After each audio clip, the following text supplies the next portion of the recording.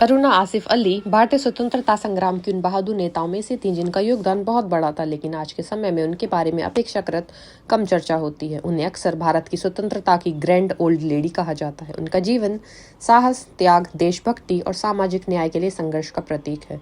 उन्होंने न केवल अंग्रेजों के खिलाफ लड़ाई लड़ी, बल्कि आज़ादी के बाद भी समाज सुधार और जनसेवा में महत्वपूर्ण भूमिका निभाई।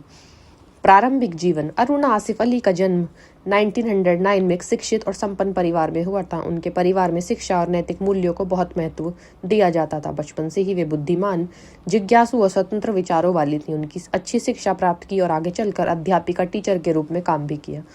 उनका जीवन एक सामान्य और सुरक्षित दिशा में जा सकता था, लेकिन उनके अंदर देश के लिए कुछ करने की इच्छा थी। उस समय भारत में अंग्रेजी शासन था और हर जगह आज़ादी की मांग उठ रही थी। इसी माहौल में उनके मन में भी राष्ट्र प्रेम की भावना जगाई।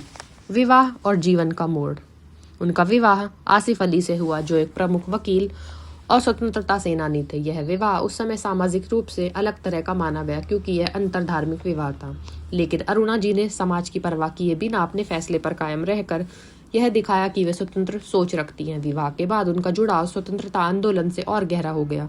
वे राजनीतिक बैठकों, आंदोलनों और जनसभाओं में भाग लेने लगी। स्वतंत्रता संग्राम में भूमिका। अरुणा आसिफ अली का नाम 1942 के भारत छोड़ो आंदोलन के दौरान सबसे ज्यादा उभर कर सामने आया। जब बड़े बड़े नेता गिरफ्तार कर लिए गए थे और आंदोलन कमजोर पड़ता दिख रहा था, तब उन्होंने साहस दिखाया। मुंबई के अगस्त क्रांति मैदान में उन्होंने तिरंगा झंडा फहराया। यह सिर्फ एक प्रतीकात्मक कदम नहीं था, बल्कि इसने पूरे भारत में नया जोश भर दिया। लोगों को लगा कि आंदोलन अभी जिंदा है। इस घटना के बाद अंग्रेज सरकार ने उन्हें पकड़ना चाहती थी। उनकी गिरफ्तारी के वारंट जारी हुए और उनकी संपत्ति तक जब्त कर ली गई, लेकिन वे डरने की बजाय भूमिगत हो गई और गुप्त रूप से आंदोलन चलाती रहीं। अरुणा जी सिर्फ आंदोलन में भाग लेने वाली नेता नहीं थी, बल्कि उनकी अपनी मजबूत विचारधारा थी। वे सामाजिक महानता, महिलाओं के अधिकार और मजदूरों के हितों के लिए आवाज उठाती थी।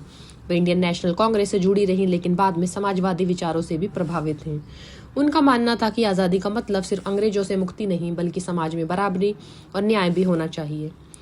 कई स्वतंत्रता सेनानी आज़ादी के बाद राजनीति से दूर हो गए, लेकिन अरुणा आसिफ अली ने जनसेवा जारी रखी। वे सामाजिक कार्यों, शिक्षा और नागरिक मुद्दों पर सक्रिय रहीं। उन्हें दिल्ली की प्रथम महिला मेयर बनने का सम्मान भी मिला। इस पद पर रहते हुए उन्होंने शहर के विकास, सफाई व्यवस्था और जन समस्याओं पर काम किया। उनकी पहचान एक ईमानदार और सिद्धांतवादी नेता की थी। वे सत्ता के लिए राजनीति नहीं करती थी, बल्कि समाज सुधार के लिए करती थी। व्यक्तित्व की खास बातें। अरुणा आसिफ अली का व्यक्तित्व बेहद प्रेरणादायक था। निडर और साहसी, सिद्धांतों पर अडिग, महिलाओं के लिए प्रेरणा, सरल जीवन जीने वाली, सत्ता से ज्यादा सेवा को महत्व देने वाली। वे दिखावे से दूर रहती थी, सादगी पसंद करती थी। उनके लिए देश और समाज पहले था, व्यक्तिगत लाभ बाद में। सम्मान और पहचान। उनके योगदान को देखते हुए उन्हें कई सम्मान मिले। उन्हें देश की महान स्वतंत्रता सेनानियों में गिना जाता है, लेकिन फिर भी आम लोगों और छात्रों में उनके बारे में जानकारी कम है। यह थोड़ा दुखद है कि जिन लोगों ने देश की आज़ादी के लिए इतना बड़ा योगदान दिया, उनका नाम उतना प्रसिद्ध नहीं जितना होना चाहिए। आज की पीढ़ी के लिए सीख। अरुणा आसिफ अली का जीवन हमें यह सिखाता है कि सही के लिए खड़े रहो, चाहे डर लगे। समाज क्या कहेगा, इससे ज्यादा जरूरी है कि क्या सही है। महिलाओं की ताकत कम मत समझो। देश और समाज के लिए काम करो, सबसे बड़ा सम्मान है। असली नेता वही जो मुश्किल समय में आ गया है। तो इससे सरल निष्कर्ष यही निकलता है कि अरुणा आसिफ अली उन नेताओं में थी जिन्होंने दिखाया कि हिम्मत और इरादा बड़ा हो तो इंसान इतिहास बदल सकता है। वह न तो सबसे बड़ी पदवी पर थी और न सबसे अमीर, लेकिन उनका साहस और समर्पण उन्हें महान बनाता है। वे हमें यह याद दिलाती हैं कि आज़ादी हमें आसानी से नहीं मिली, इसके पीछे हजारों गुमनाम और कम चर्चित नायकों का योगदान है।